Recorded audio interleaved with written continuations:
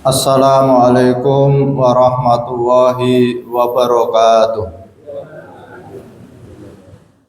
Al-Fatihah. A'udzu billahi minasy syaithanir rajim. Bismillahirrahmanirrahim. Alhamdulillahi rabbil alamin. Arrahmanir rahim. Maliki yaumiddin. Iyyaka na'budu wa iyyaka nasta'in. Ihdinas siratal mustaqim. Siratal ladzina an'amta 'alaihim ghairil maghdubi 'alaihim waladdallin. Amin. Bismillahirrahmanirrahim. Lan munggah malih malaikat hafadzah kelawan gawa amale menungso, mongko lepas hingga tutup maring langit kaping 5. Kali den iring kaya penganten, mongko ngendika malaikat kang jaga langit kaping 5, endekno iki amal lan pukulno iki amal ing raine wong kang ngamal, lan pikulno ana ing pundhake wong kang ngamal. Krana setungune wong kang amal iku ahli drengki ing menungso. Lan munggah malih malaikat hafadzah kelawan gawa amale anak Adam saking salat lan zakat lan poso, mongko lepas hingga tutup maring langit kaping 6. Mongko ngendika malaikat ingkang jaga langit kang kaping 6, endekno iki amal lan pukulno ing raine wong kang ngamal. Krana setuhune wong kang ngamal iki ora welas ing menungso nalikane kena bilahi utawa kemadharatan, balik padha nyukurke. Lan munggah malih malaikat hafadzah nggawa amale kawula kale mencorong cahyane kaya srengenge, lan kali den iring 3.000 malaikat, mongko lepas hingga tutup maring langit kang kaping 7. Mongko ngendika malaikat kang jaga langit kang kaping 7, endekno iki amal lan pukulno ing anggautane wong kang duwe amal.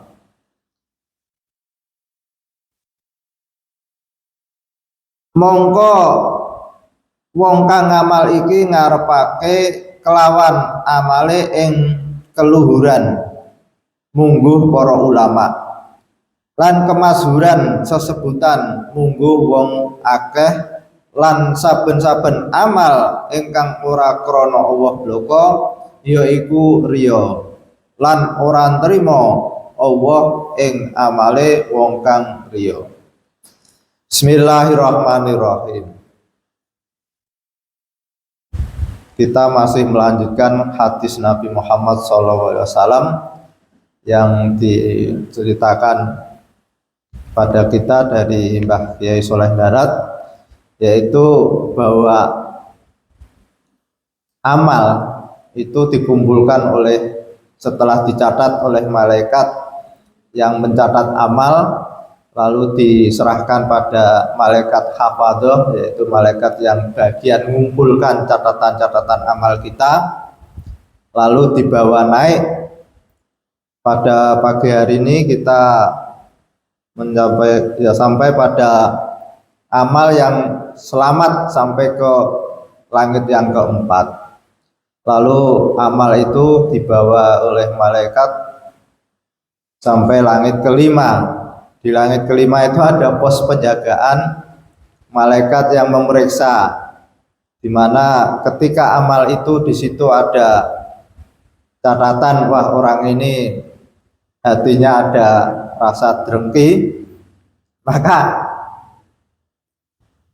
ada bunyi dit itu, wah ini orang beres ini. Jadi gampangnya seperti itu. Jadi malaikat diberi alat yang bagian ujub, ya ketika amal itu orangnya ada ujub, ya bunyi dit. Nah, ketika sampai ke langit yang kelima dijaga oleh malaikat yang langit kelima, maka ketika hatinya orang itu ada rasa dregi ya bunyi tit. Jadi tidak akan bisa naik. Yang selanjutnya yaitu ketika amal itu sudah selamat sampai ke langit yang kelima, maka di langit yang keenam juga ada pos penjagaan lagi, yaitu di mana malaikat ini ditugasi untuk menjaga amalnya orang, di mana orang itu ketika dia itu tidak ada rasa empati atau belas kasihan pada orang yang sedang kena musibah, sedang menderita, maka amal itu juga bunyi tit itu tidak bisa naik. Lalu setelah amal itu selamat seseorang itu sampai amal seseorang yang bisa selamat sampai langit ke-6, lalu dibawa lagi oleh malaikat hafadzah ke langit yang ke-7. Wah, ini luar biasa ini. Jadi sampai dari pos 1, pos 2, pos 3, pos 4, pos 5, pos 6 selamat. Lalu bisa naik sampai pos ke-7, yaitu malaikat yang diserai oleh Allah untuk menjaga amal, di mana amal seseorang ini orangnya tidak ada kepentingan. Bagi para kiai ulama itu kalau dalam hatinya, di dalam dia beramal itu ada kepentingan agar disebut menjadi kiai, agar menjadi orang yang terkenal, itu di stop oleh malaikat ini yang ke-7. Jadi bunyi dit. Bismillahirrahmanirrahim. Lalu munggah malih malaikat hafadzah kelawan gawa amale kawula saking salat lan zakat lan puasa lan haji lan umroh lan dzikir lan padha ngiring malaikat langit kabeh hingga lepas sehingga hijab kabeh, moko katindakake amal ana ing ngersane bendoro ingkang mulya yaiku Allah Subhanahu wa taala. Lan padha nekseni malaikat kabeh kelawan ikhlas iki amal. Mongko ngendika Allah Subhanahu wa taala maring malaikat kabeh, sira kabeh malaikat padha ngreksa ing amale kawula ingsun lan ingsun ingkang jaga ing dalem atine kawula ingsun. Setuhune iki wong ora ngarepake kelawan amale krana ingsun, balik ngarepake kelawan liyane ingsun. Mongko tetep ing atase wong iki bendu ingsun. Mongko padha ngucap malaikat kabeh tetep ing atase tiang punika bendu tuan lan bendu kawula. Nuli padha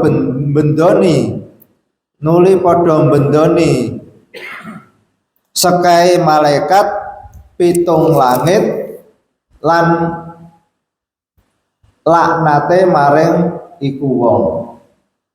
Mongko nuli matur Sayyidina Mu'ad bin Jabal, ya Rasulullah, panjenengan utusane Allah lan kekasih Allah. Lan sedune kawula Mu'ad kados pundi kawula saged slamet saking punika panca baya. Mongko ngendika Kanjeng Nabi sallallahu alaihi wasallam,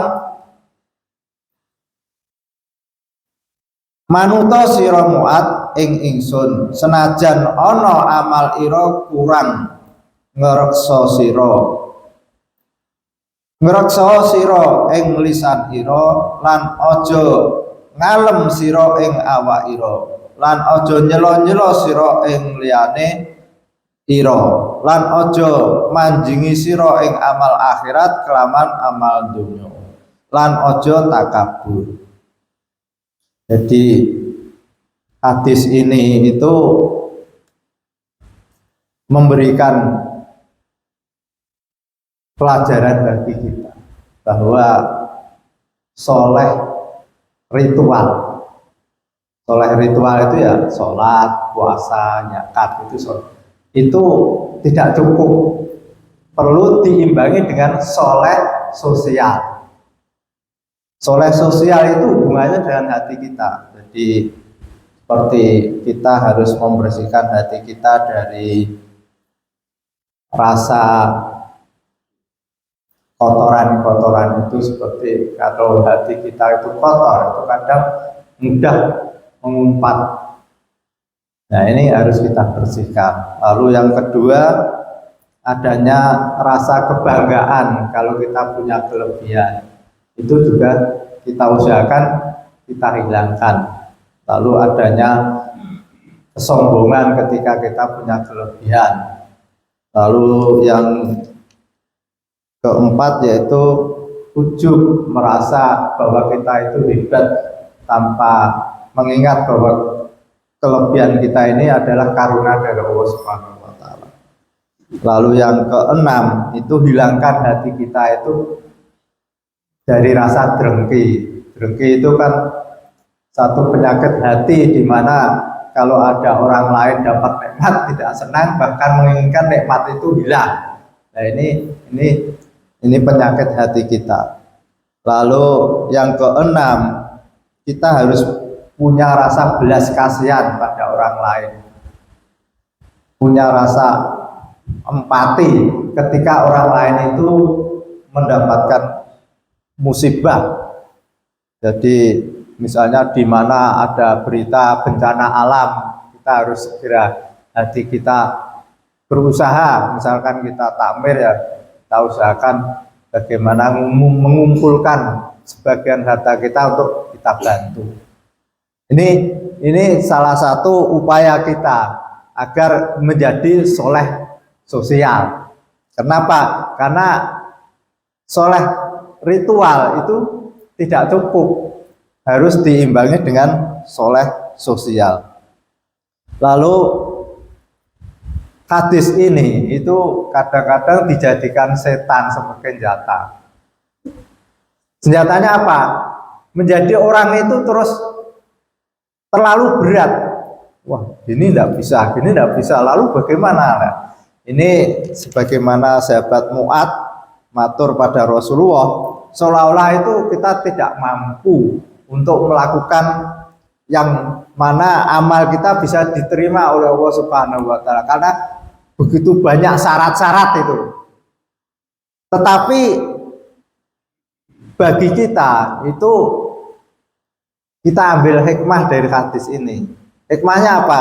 Kita ada rasa selalu berharap kepada rahmat Allah Subhanahu wa taala.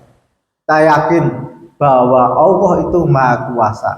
Ketika Allah memberikan kemudahan pada kita, maka tidak ada seorang pun yang bisa menghalangi. Sehingga sesulit apapun, kalau Allah itu memberikan kekuatan, memberikan pertolongan pada kita, maka tidak ada yang sulit. Itu keyakinan kita. Lalu yang kedua, itu memberikan pelajaran bagi kita hadis ini. Kita tidak boleh menyombongkan diri. Kita harus selalu merasa berharap kepada rahmat Allah Subhanahu wa taala.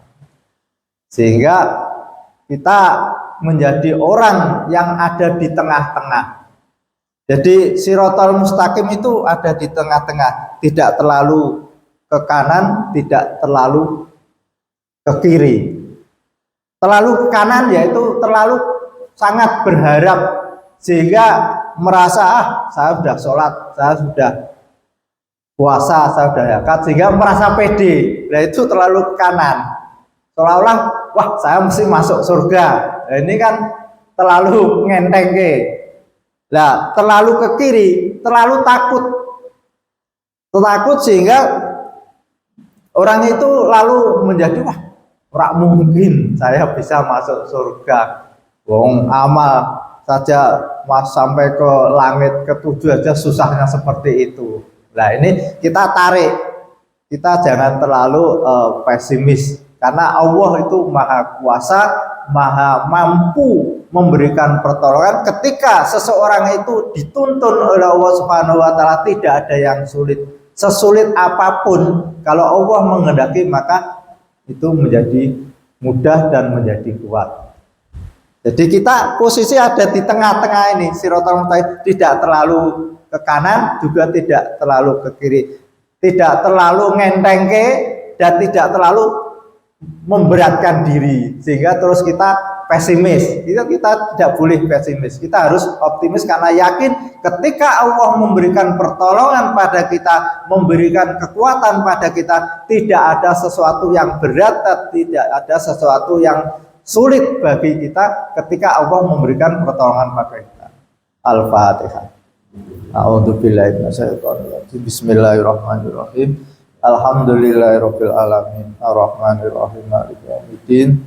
Iyyaka na'budu wa iyyaka nasta'in. Ihdinas siratal mustaqim. Siratal ladzina an'amta 'alaihim ghairil maghdubi 'alaihim waladdallin. Amin. Wassalamualaikum warahmatullahi wabarakatuh.